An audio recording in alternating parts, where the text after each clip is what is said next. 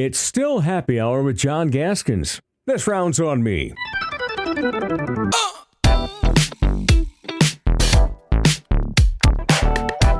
As we get closer to the 2026 football season and another highly anticipated one for the University of South Dakota, a major part of its past, present, and future is sitting right next to me here at Gibbs Sports Bar on a Monday. Happy hour.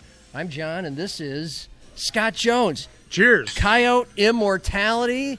And, well, I have a Tito's Press, which is pretty standard variety for me. What do you got there again? I got a Paloma. A Paloma. Tequila and grapefruit juice and a little spritz of Sprite or 7-Up. Great summer drink. Yes. Great summer drink. Very refreshing. As we get into the happy hour hours on a Monday, it's great to meet you. I just thought somebody who's both a big part of USD history during their last stretch when they were, a nationally championship contending squad to someone who's been giving back and certainly has some emotional and financial investment in the program. I thought it was this would be an awesome opportunity to talk to you. So thanks for taking that opportunity.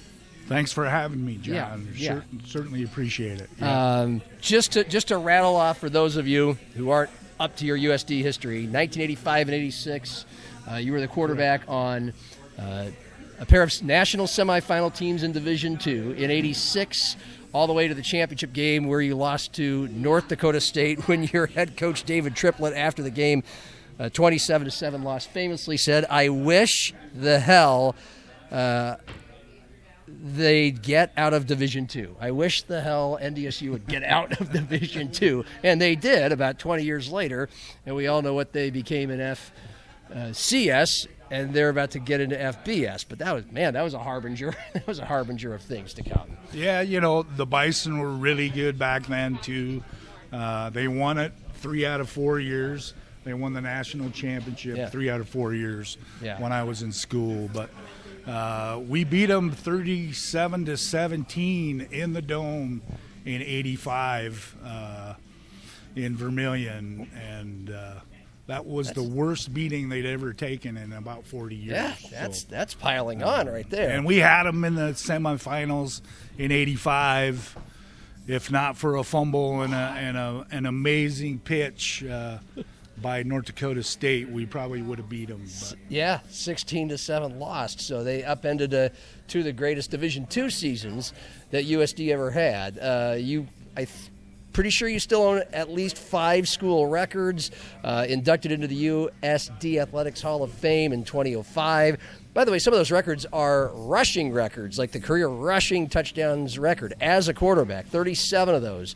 Most rushing touchdowns by a quarterback, or most rushing yards by a quarterback in a season. 5 rushing touchdowns in one game. Is that still the record as far as you know? I think that's still the record. That's tough to beat. No, mind you, against SDSU also. There we go. In 1986, which also was the most points anybody has scored in a USD football game. So all those records, 40 years later, still standing. And by the way, before that, a prolific career during a wonderful and historic time at O'Gorman under Bob Burns. In fact, some of it was documented in Stu Whitney's book released this summer, The Great Burns, how a war hero and football coach turned vision into victory. So he was quite the character. Yeah. He did a lot for O'Gorman, the city of Sioux Falls, created the Dakota Bowl, which gets 10 to 12,000 fans every year. It's been a great boon to O'Gorman High School and the Sioux Falls Catholic schools. Yeah, you come from a long line of Joneses who are part of the Catholic school system here in Sioux Falls. You're born and raised, saved for a couple years in San Diego. You spent your whole life here. And so just before we go down more memory lane, we'll catch people up on what Scott Jones is up to these days. For one, president of McGuire Iron, a water tower construction company, and founded by your father, Gene Jones Sr. So I kind of spelled it out, but what does that involve, and how did you get into that line of work? It's been in the family for 68 years now. It'll be 70 years coming in 2028. It's been in the Jones family. My dad bought it in 1958 from Ed McGuire for $8,500. He borrowed $7,500 from the bank and $1,000 from his Aunt Eva. And to the day she died, she said my dad owed her a lot more money than $1,000. But a great story. Yeah. My dad built the business. We just did service to start out with from 58 to about 82. And then my dad bought a company out of Slayton, Minnesota called Master Tank. Yeah. And started building tanks. And it was always his dream to build new tanks and get into the construction. So it's been a great run. Me and my brothers bought him out in the mid-'90s and have continued to grow it and built a new facility out where 229 and 90 meet at the junction there. And we got a little water tower out front for training and stuff and for advertising. And we got our new facility, and it's really rocking and rolling. Took a while to teach the old boys new tricks, but they're really coming along, and we're really producing. Basically, we got 100% efficiency from 24 to 25 in increase in productivity. So holy smokes, it's been going great. Is it like where in South Dakota that are water towers that might be famous or stick out? I mean, almost every town has a water tower, but what are some of the ones that you guys have? Yeah, we've probably worked in 400 or 500 communities in South Dakota. Okay. We've got 1,000 maintenance contracts throughout the country. We work in 33 states. Yeah. We've got about 300 coworkers that we work with now, and the business is doing great. What about being the president of that company for you? What about your days as a quarterback of a college football team, and a pretty high stakes, high profile high school football team here in Sioux Falls, all very successful, has helped you in the business world? Seems like a kind of a cliche, but I'm guessing it's true that helps. Yeah. It definitely helps. The competition, the fire in the storm. Being calm under pressure. Yeah, that takes a lot, especially when you're working in a business like we do, where safety is the number one concern. Yeah. You're working on elevations 150 to 200 feet up in the air. Safety is a huge part of what we do. So always staying calm under pressure, and I think leading teams has really served me well from my football career going into business. Were you ever working up to 100 feet or 200 feet in the air on the towers? Yeah, we all did it. all the brothers worked on the tanks. We sandblasted, we painted, we welded. Our dad got behind us when we were 12 years old and said, "Get your butt up that tank and get to work." Wow. So he would climb up with us, kind of touching us as we climbed. But we all climbed at 12 years old. So dang. Wow. We weren't working at 12 years old, but we were climbing. Just to clarify, in case there's any statutes of limitations. Right. Yeah. Just to be like Dad, Yeah. Child labor is going to come after you. But we get you all up to speed to these days, where just a couple of years ago, until Denny Sanford came in and kicked in $20 million, your family gave the largest private family gift USD Athletics had ever had up until that point, and it's gone to the football program, or was supposed to go to scholarships for student athletes and supporting the entirety of the USD athletic department. And then you have you and your wife Lisa have the Scott and Lisa Jones family offensive coordinator position. The Tim Morrison's position is named after you. What went into that investment? And I'm not talking dollars and cents, just why the investment, and what does it mean to you to give back to USD? Yeah, it was really important. USD gave me a lot coming out of the university. My second oldest son graduated from there in 2024. My wife graduated from there.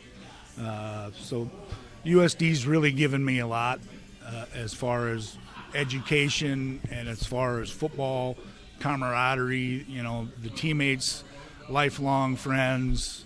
We were having our 40-year reunion for the 86, 85 teams this year. We're going to celebrate it for the North Dakota game. Okay. The Fighting Sioux. That's right. Not the Fighting Hawks. Got to be weird. Got to be weird for you. So really looking forward to that.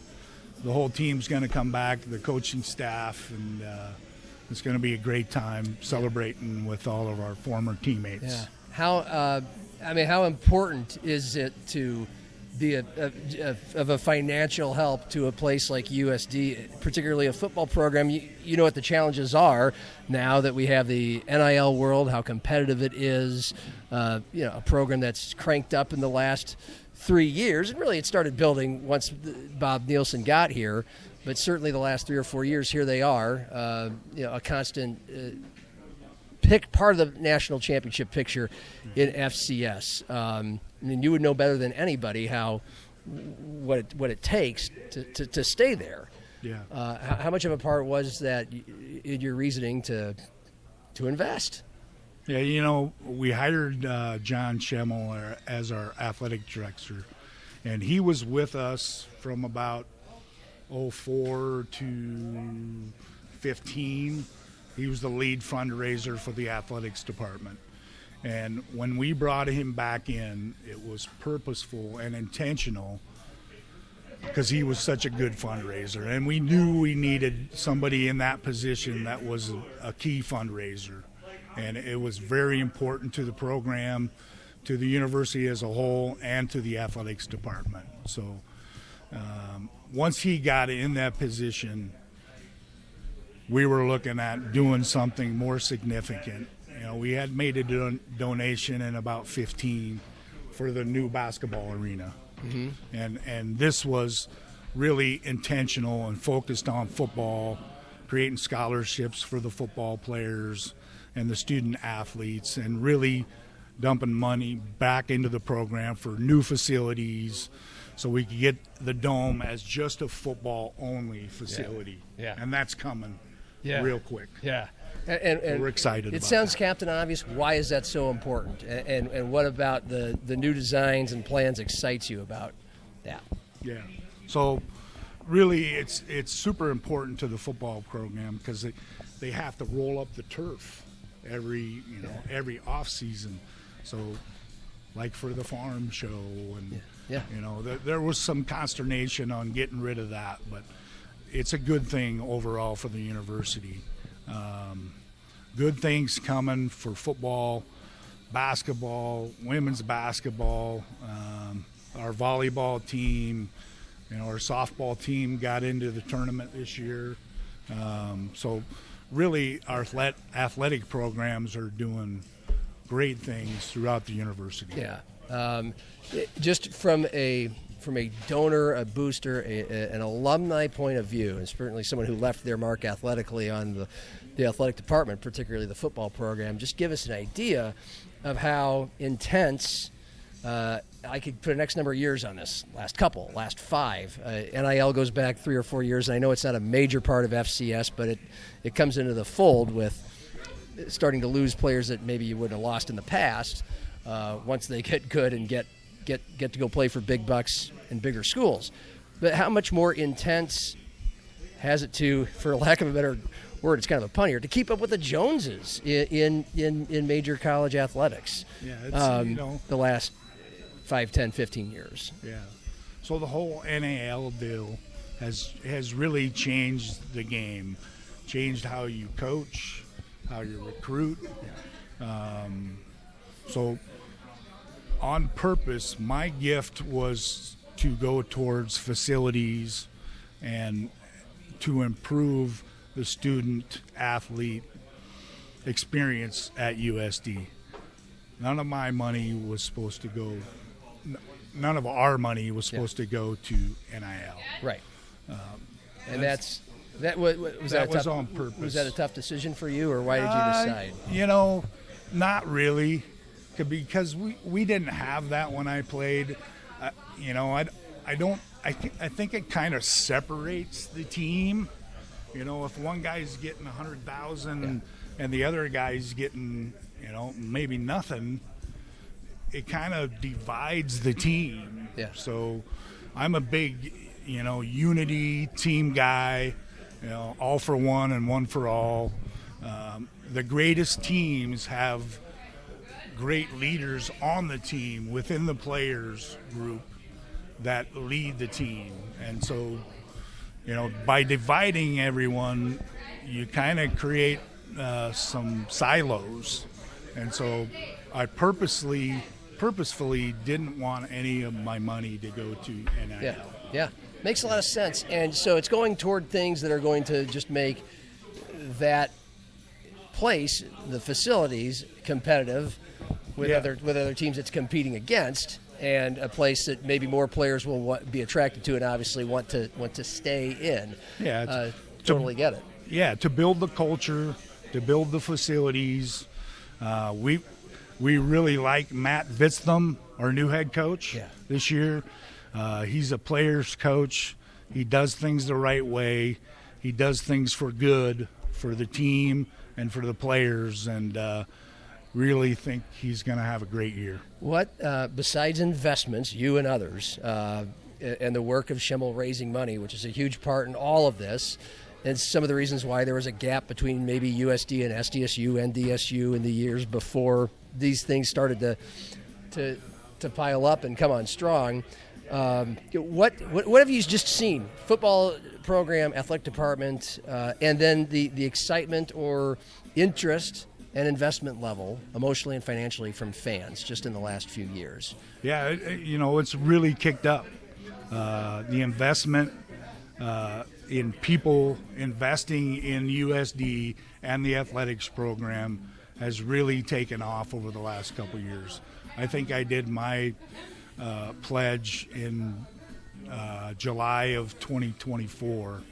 And I think John House followed that up with a really big donation in the fall of 24. And then we've had numerous other people, along with Denny Sanford and Bill Gasson, and contributing to the new wellness center and the new indoor track. And so a lot of people have stepped up and really supported USD, and our great president, Sheila Gestring, is doing great things for the university, and Schimmel also. Yeah. He said obviously you and Lisa have been a big part of what's been going on, but let's go back into just to what led you into becoming a USD Coyote in the first place back in the 80s. Mentioned born and raised in Sioux Falls, and our boss, Patrick Lally, editor of Sioux Falls Live, he was at O'Gorman and the Catholic school system before it. He grew up in the old Cathedral neighborhood. What part of town did you grow up? By Patrick Henry. Okay, yeah. Okay, over there in the south of St. Mary's. South of St. Mary's, they're all right over there. What kind of a lineage in your family was there to O'Gorman? I mean, was this a multi-generational family? Yes. Yeah. So my oldest brother, Gene Jones Jr., or better known as Putz. Yeah. He played running back for the 80, would have been the 79 and 78 teams. The 78 team won the mythical state championship. Right. When the voters, the newscasters across the state would vote for the top teams in the state in high school. Yeah. And they decided who the champion was. Pre-playoffs, man. Yeah. We used to not settle it after that ninth game or whatever. And you were a ball boy in the 1978 Dakota Bowl. Yes, I was. Absolutely. Which may have been the first one. Or was it the first one? 76 was the Bicentennial Bowl. That Bob brought there. And there. then they switched it to the Dakota Bowl in 78. Okay. How much did you look up to your brother? How much did you look up to Bob Burns in being, a kid in elementary or middle school and eventually knowing you were going to go play football at O'Gorman? I ask that knowing, because I read Stu's book, The Great Burns, before Bob Burns got there in '76, it was, it struggled. I mean, they struggled mightily to compete against the Sioux Falls schools and everybody else. But once he got there, what do you recall just about what it was becoming and you becoming a part of it? So it was the old Sioux Interstate Conference. So it was the Sioux Falls schools, O'Gorman, Washington, Lincoln. I don't think there was a Jefferson at the time, or Roosevelt. So it was the 3 Sioux Falls schools and the 4 Sioux City schools: Sioux City North, Sioux City East, Heelan, and West. And that was the conference. Yeah. We loved going down there. It was an hour-and-a-half drive. So really quick, a quick road trip. In fact, we played some games in the Dome. I think we played East when I was a junior, and we played Heelan when I was a senior in the Dome. It was O'Gorman's home game, and they're talking about reviving some of that. Yeah. That's good. Well, the legendary story is Bob, they moving the games from the home field, which I believe you guys were playing home games at Howard Wood. We were. O'Gorman was back in the late 70s. And Bob would move a game a year against a Sioux City team into the Dakota Dome and famously get back on the bus after the game with a big duffel bag of cash from all the from all the gate that O'Gorman was able to take, because obviously you're getting more Sioux City fans to come to pop up to Vermilion than they would have traveled to Sioux Falls. One of the many things he did to literally raise money and raise the profile of O'Gorman. What else do you remember about Bob? Because it sounds like he was a pretty mythical figure, a maddening figure. You've got to have some stories. He was a legendary coach. He really was. He was a promoter. He was a Golden Gloves boxer. He was a war hero. He was a huge promoter for O'Gorman. He was a great coach. He was old school. He was tough. He was tough on you, but he taught things the right way. He would, he'd get it right in there and run a play for you and show you how to do it. And he was really big into the quarterback carrying out the fakes.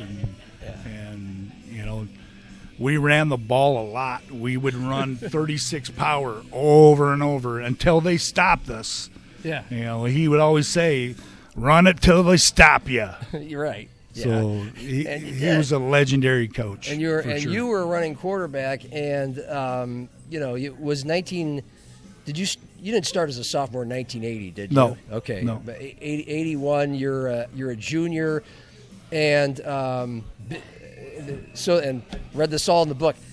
You had a nice big win over Washington to start the year. Then in the Dakota Bowl, things went awry. Do you remember the kinds of things he would say to motivate you after you had a bad game like that? Yeah. So against Lincoln, the first Dakota Bowl I played in, we lost 13-7 or something like that. I don't recall the score, but he benched me after the game. I had a really good game against Washington, and then maybe got a little too big for my britches for the Lincoln game, and he benched me for the Sioux City North game, and then brought me back at halftime of that Sioux City North game, and continued to lead the team after that. But we had some great players. I was a junior at the time. John Weisensee, Mike Rogers, John Weisensee, a lot of great players that did a lot of great things for O'Gorman. Right. And we ended up winning the state championship that year against Yankton. Now, this is the first ever state championship game, real state championship game. Yeah. First ever time they had an actual playoffs. He was a big part of that. He was a big part of drumming up him and some other athletic types, powerful people from O'Gorman and beyond, to convince the Athletic Association. I don't know if he had to convince the state legislature or anything, but he was a big force behind. We want to sell these games in a real postseason and in a real game. Again, he had the vision of, let's do something big and let's put this on TV and let's get us in this brand new Dakota Dome. Yeah. And you guys got to play in it for the very first time. Yeah. What are your go ahead. So the Weisensee brothers were our 2 running backs. We ran a double wing offense. Left half was Pat Weisensee. He was the younger one. John Weisensee was the right halfback. And their father was an attorney in Sioux Falls. And so he was involved in the legislature.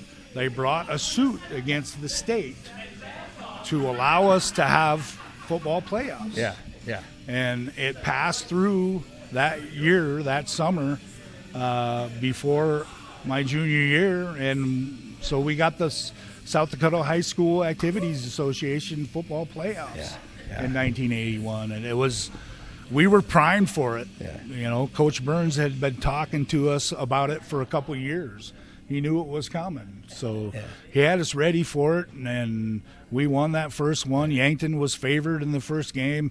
They were bigger, faster, stronger than the O'Gorman kids. We were 150 pounds soaking wet, and we didn't have a chance. But behind closed doors, Bob would tell us, you guys are going to win. You guys are going to beat the Bucks in this championship game. And their legendary coach, Max Hawk. 12-3 was the score of that game. Slow start. You threw a 29-yard touchdown pass to Pat Weisensee Weisensee, thank you, late in the first half. And that's ended up being all you guys needed on offense. But he gave you guys the confidence. He gave you guys the vision. But why? Why were you able to make up that size gap or that talent gap? What were the secrets? He was a great motivator. Yeah. You know, and the rest of our coaching staff were great motivators, and we took it upon ourselves we wanted that state championship more than they did. I mean, we just flat out wanted it more, and that's what it takes to win. When teams are that close talent-wise, it takes heart to win those games. So we were happy that we won the state championship, and it's been a lot of fun over the years. What do you remember most about that night? I mean, what are the most unforgettable flashpoints? Just after the game, you know, lifting Burns up and were you one of the guys that did him it? Up. Oh yeah. Okay. Yep. And just, you know, the joy, the tears of joy from all the hard work and going through and getting that state championship, just it sends chills down my spine to this day. Yeah, for sure. Because he was a guy that it sounds like maybe when you were going through it, especially when you were younger, and especially when you made mistakes, he was maybe an easy guy to respect that you had to, right? Yeah. And he had the credibility. You know, he's a coaching legend already in this state.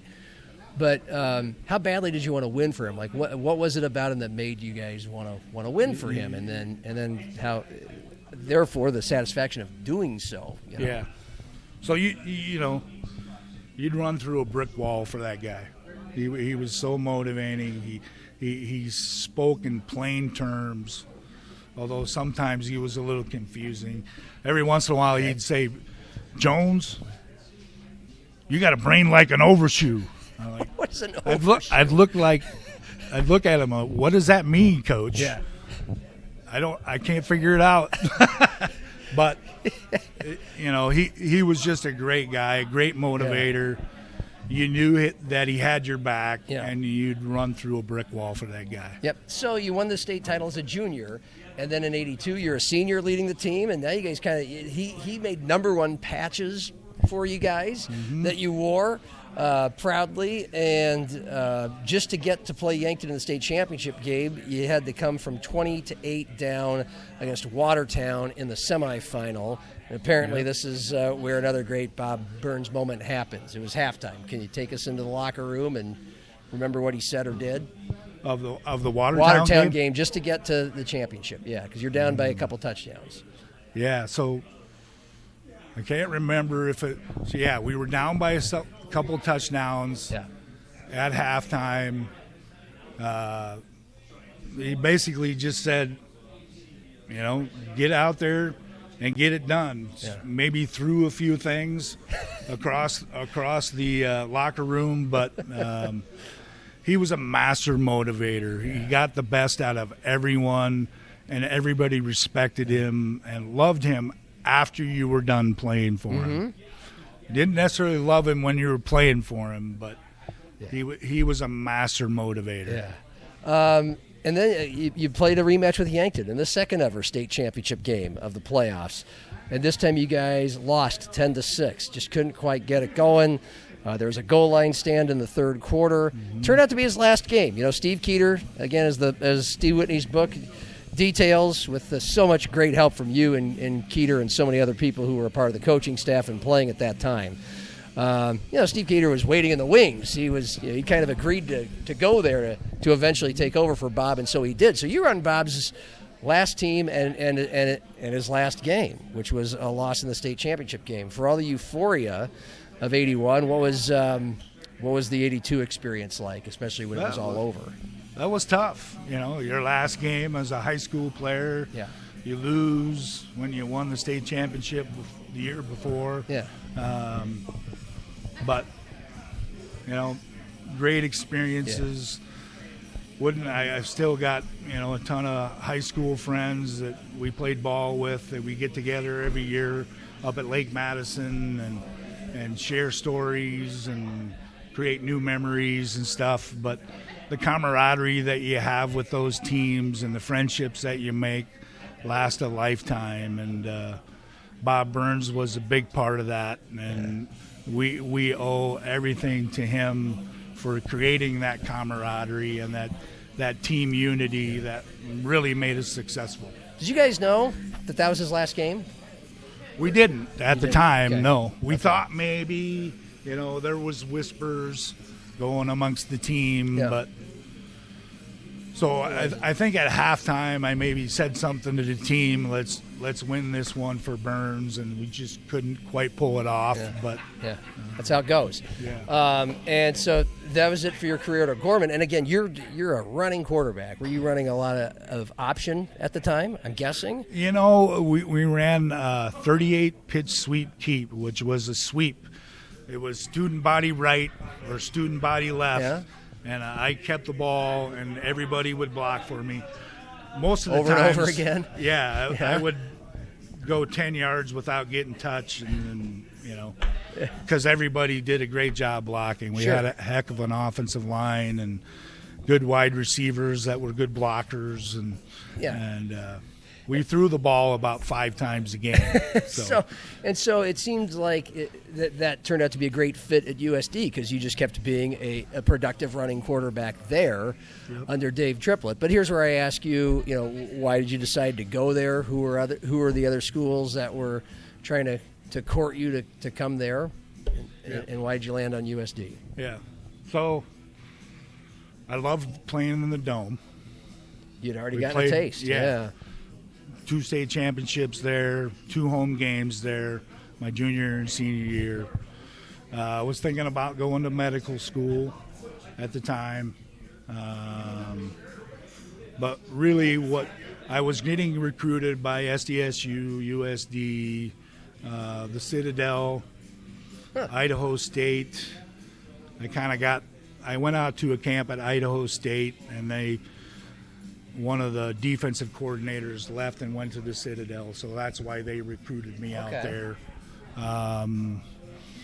North Dakota State, Augie, most of the local schools. Yeah. No really D1 prospects at the time, but made a decision to go to USD, and I wouldn't trade it for anything in the world. It was a great experience. Got my degree in chemistry. So, great teams, great camaraderie, a heck of an offensive line. My 2 roommates were All-American center Jerry Galinsky, and Tim McFarland, All-American guard, who passed away at 44 years old from pancreatic cancer in 2008. But we're going to honor him at the 40-year reunion for the 85 and 86 team for the North Dakota game, and all of our comrades and teammates that have passed on. Very cool. What do you remember walking into there? Dave Triplett was the coach. This was a guy who had played at Iowa. He was a fairly young head coach. He was only 10 or 11 years removed from playing, so I'm guessing he's in his early 30s. Mm-hmm. Before you got there, he went 5-6 or 6-5 for 4 straight years. And your freshman, did you redshirt? Nope. You didn't redshirt. Okay, nope. So you're 83, your first year there, you're 7-4. But football program wise, not only at USD but also the great old North Central Conference. Yeah. What do you remember walking into? What was it like at that time? I really liked our recruiter in South Dakota, John Mumford. He was a linebackers coach and then eventually he became defensive coordinator. I really liked him and created a relationship with him. Coach Triplett was a really smart coach and really was a builder of teams.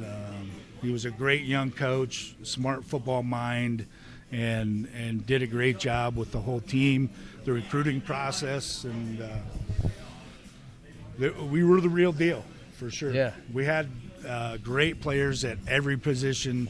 We had a powerful offensive line.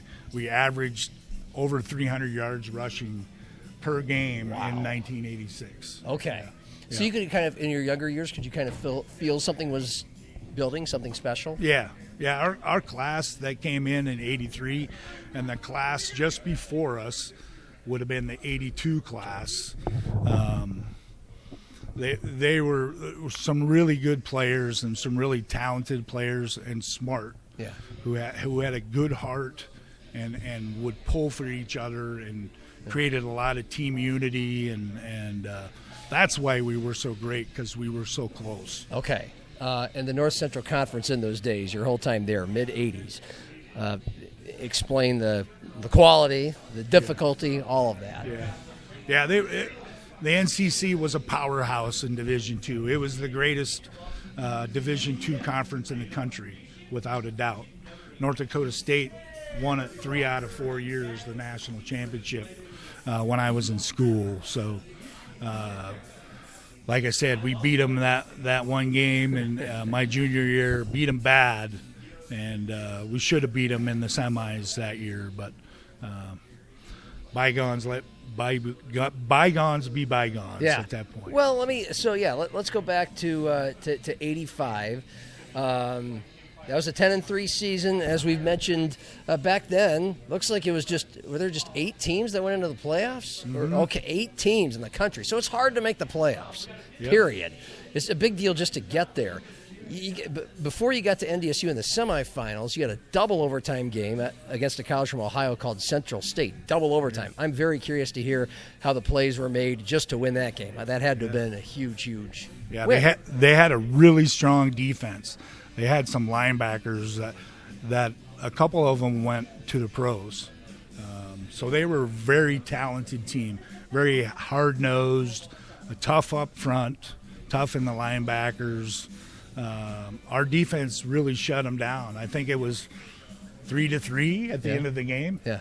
Wow. And then we ended up scoring a touchdown. I think they scored a touchdown. And then we kicked a field goal, and then we stopped them. So I'm not sure if that's how it went, but that's 41 years ago. Yeah. But right. It was a great game. Two tough teams grinding it out against each other, and we came out on top. Right. And then you remember the North Dakota State game, you said that was you had them and it got away in the fourth quarter? Yeah, we scored first on about a 75-yard touchdown play to pass to Rod Tweet. I think I threw it about 70 yards, and he caught it in stride and went into the end zone.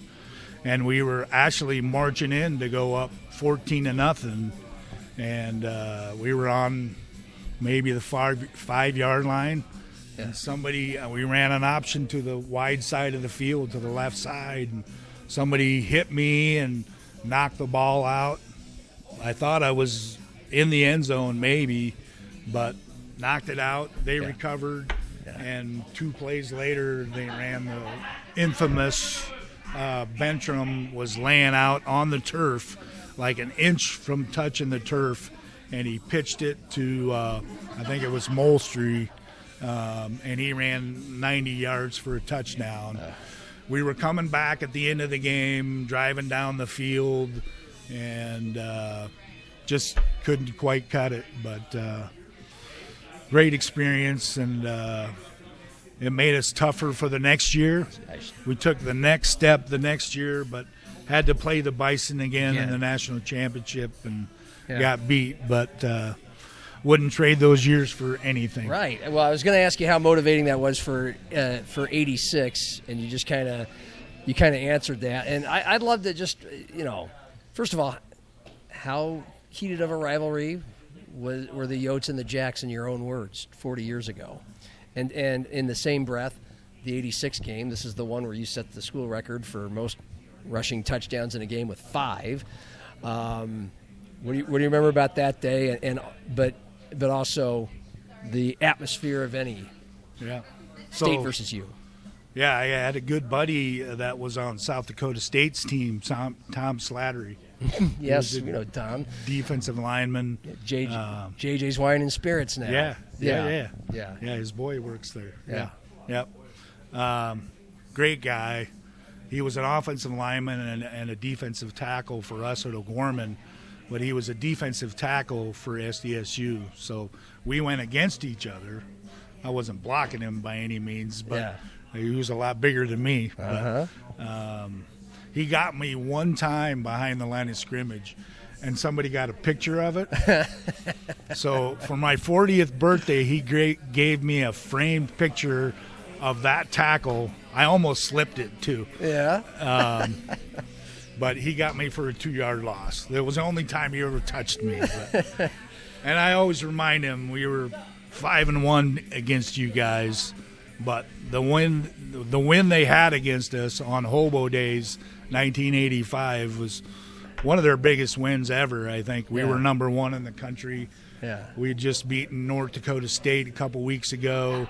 We beat Morningside on the last play of the game at D-Days. So we came into that one pretty high, and they humbled us. Yeah. But we came back at the end of the game, made it close, but they won that one. Was State versus you still the big game on the schedule every year for you guys? It was. Okay, it was still above all the others, because I know it was a tough league, and you had NDSU, which is probably the big gorilla, but that was still the big one. Yeah, it was still a huge rivalry for sure. Yep. Okay. Yep. And then, what do you say about the '86 playoff run? You beat. UC Davis 26-23. That had to have been a nail biter. Yeah, we were down at halftime of that game, 10 or 11 points. We went into the third quarter, scored a couple touchdowns, went up. They scored a touchdown, went up again. And fourth and about 9, we ran a pass play, which we didn't run a lot of pass plays my senior year. We led the league in passing efficiency. We led the league in passing efficiency my junior year. But senior year, we didn't throw the ball a lot, probably on average 10 times a game. So we called a pass play. Kurt Southwick gave me the signal from outside. He grabbed his face mask. That means a fade. And I faked to the fullback coming in, dropped back to pass, and threw him a back shoulder pass. And he caught it, landed in the end zone, and we went up and won the game. So congratulations, Kurt Southwick. With how much time on the clock? Maybe a minute. Okay. And they got the ball back and recreated a fumble and recovered it. Where was that game? At UC Davis. It was okay. Yep. It was out there. The Troy State win, 42-28 in the semifinals to get to the championship game. Was that down in Troy, or was that at the No, Dome? that was in the Dome. Okay. Yep. Okay. So I Yep. mean, at this point, that was the hurdle you couldn't clear the year before. This was to get to the title game. What do you remember about that day? I mean, that's obviously that goes down to this day as one of the great victories in the USD history. I remember about that game was I got hurt midway through the third quarter. I got dinged pretty hard, and I got up, and I was seeing stars. No, ma'am, go wherever you'd like. It's okay. It's okay. Come on in. That's my wife. Okay. There we go. She's like, She doesn't she even wasn't know I'm quite- here. Oh, okay. You didn't. You're what? I know. Oh, At 4 okay. o'clock. Okay. 4 o'clock. We got to wrap Yeah. her up. Yeah. Wow, look at that. Okay. I would be bellied up to the bar.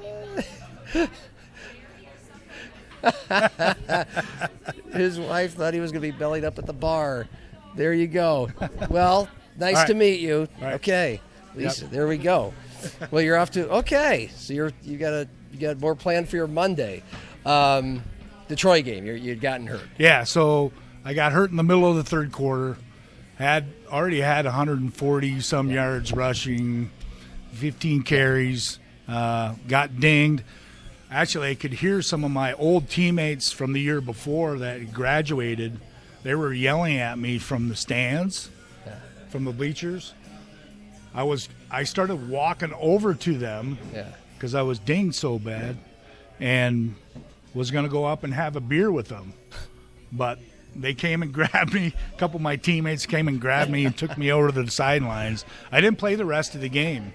Yeah. We were up by 2 touchdowns. We went down by a touchdown in the fourth quarter, and Joe Longville, my backup, came in and did a fabulous job, led us to a couple touchdowns, and we ended up winning by a couple touchdowns. Did you get to play in the national championship game against North Dakota State? I did. Okay. Yes. Yeah. What was the key for that day for their domination? We fumbled down towards their goal line.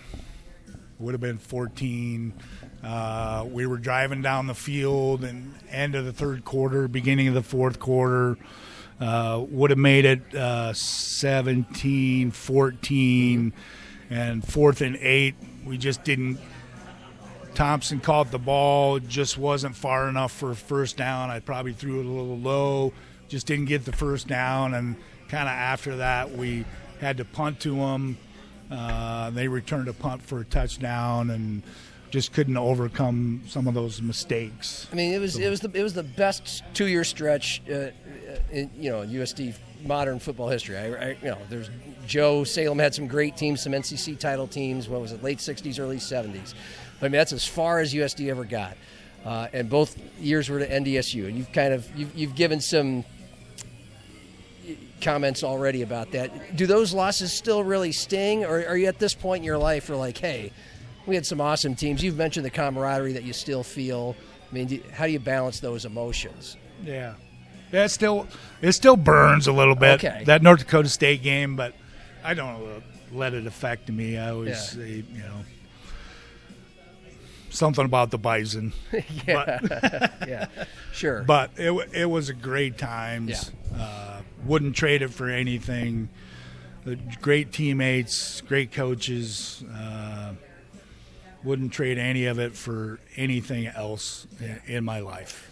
A couple more, because literally we got to get you out the door. But we kind of speed things up to what's happened in the last 40 years. In the later Division II days, West Bashana and USD had some great teams. There's been some pop-ups, but then how do you look back on the time around 2002, 03? SDSU and NDSU are deciding to go to Division I. As a proud alumnus, how are you feeling about USD at the time, deciding to stay back and then go 5 years later? How do you look back on all that? I basically supported the university through whatever decisions they made. They decided to stay in Division II, and I went gave a talk to the Board of Regents. Yeah. Also, and this is where we should be. So we made a conscious decision to stay there. I'm not saying it was the right one at the time. Maybe it was the wrong one. But we made the decision later on to go Division I, and we've done it successfully. We've had a lot of success over the last few years. We even had some success in Streveler's years. Yeah, absolutely. So, Bob did a great job building the program. Turned it over to Travis last year. The start wasn't very good that year, last year, but they really came together after those first 4 games, and really pulled it off and pulled together. And that's a sign of great leadership and great coaching and great camaraderie amongst the team. And I think only the best is to come for the Coyotes. It's got to be a great sense of pride seeing it built all back up like it is. You said you like Vitz. How do you feel? Have you been kind of keeping tabs on who's back and some initial reports from practices and all that? Yeah. How do you feel about this team? I feel really good about it. He's saying we're really strong in the offensive line and the defensive line, which are the keys. You got to win that battle up front. And he's building us to win that battle on the offensive line and defensive line, and that's the key. Yeah.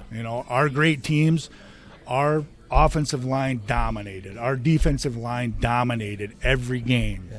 And that's what it takes to win in the FCS. There you go. And last one, of course, I can't let you go without asking you, as a major stakeholder in where USD is right now, as a major player on the national scene in the FCS, but times are changing in college football, and NDSU's gravitated toward the FBS, and who knows what might happen.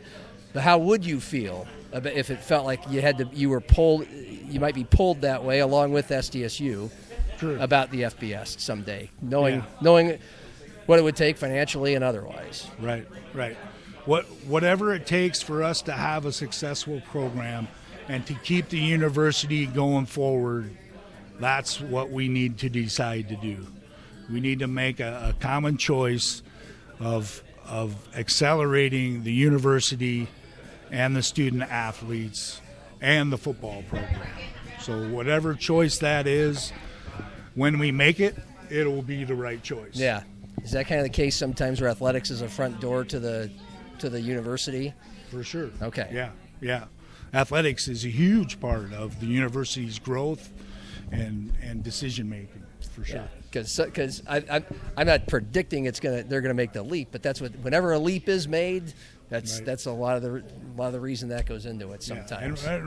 And we're ready for it. You think so? If that comes, some people we've got plans. We've got plan A, B, and C. Schemmel, yeah, our athletic director, he's got plans. Because there's a perception, and I'm not saying I'm in this crowd, that USD doesn't have, frankly, the money or the resources to make the leap and compete someday. You're saying they do, or they would? They would if it comes to that. Got it. We'll follow along with the SDSUs, the Montana schools. Yeah. We should all go together if we go. Yeah. That'd be something else. That'd be fun. Yeah, for sure. In the meantime, I'll let you get to literally what's next today. Thank you so much for stopping by. You still have to finish your, what is it again? Paloma. And but it was great to meet you and to talk some football with you, and have some fun this year. We'll probably see you down at the Dome. Sounds good, John. Thanks a lot. Scott Jones, USD Immortality, here today on Happy Hour. Cheers.